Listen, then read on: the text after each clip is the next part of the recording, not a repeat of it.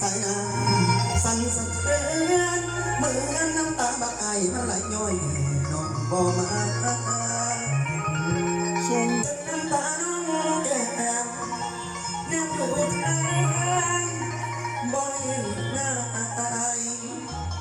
เบิดอะไรใจไอ้ทอย่อมือขึ้นแอบน้ำตาหน้าเป็นแฟนโอ้โอ้คนงาม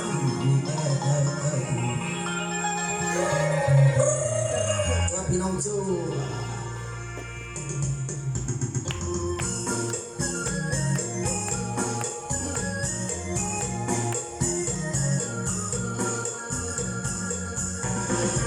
ผมก็จะนักแข่งตัวสี่มันจะประกอบส่วนมันเศรษฐกิจ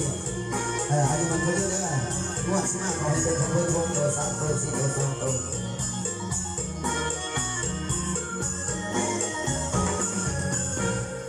เพื่อนน้ำเพียงน้ำตาให้ซึมลงคอน้องนักไอ้มารอว่ามีเขาร้องเองต้องลอยแล้วหัวใจไอ้ขาดกระเด็นใส่น้ำสาดเส้นเต้าเอ็นสวยงามเด่นแต่ใจไอ้หอมสวยดอกมาน้ำเงินน้องลืมให้ซ้ำดวงแกน้องนั้นไม่จะแก่เป้าไม่ถึงมาเดินควรอกงามแล้วหัวใจอกหักปวดน้ำตาไอ้มาอยู่น้องบอกหมดสาวเพื่อนน้ำเงินน้องบอกหมดสาวเพื่อนน้ำเงิน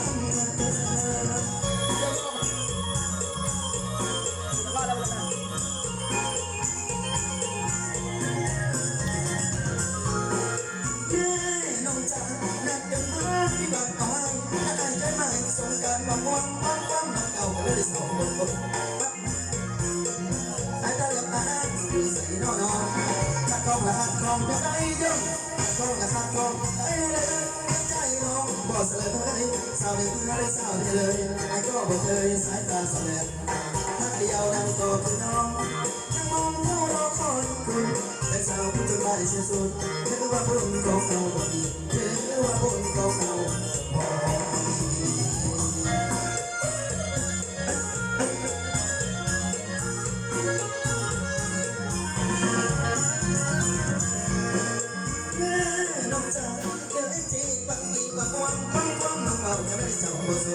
ทักเดินต้นคนเก่าเขาหลังมองแต่ยังทว่าผมมีน้ำเด็ด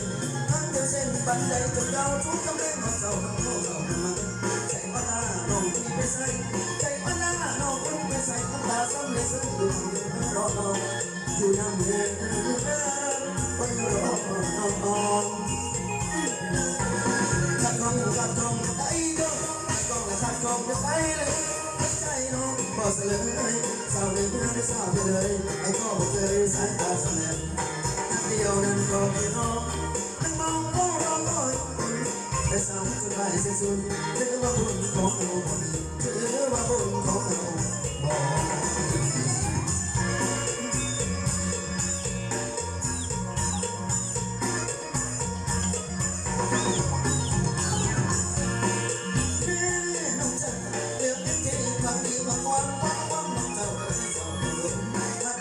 คนเก่าเขาหลังมองไปยังว่าผมมีน้ำเด็ดทั้งเดินเส้นบันไดจนเก่าทุกกำลังเศร้าใจว่าหน้าน้องที่ไปใส่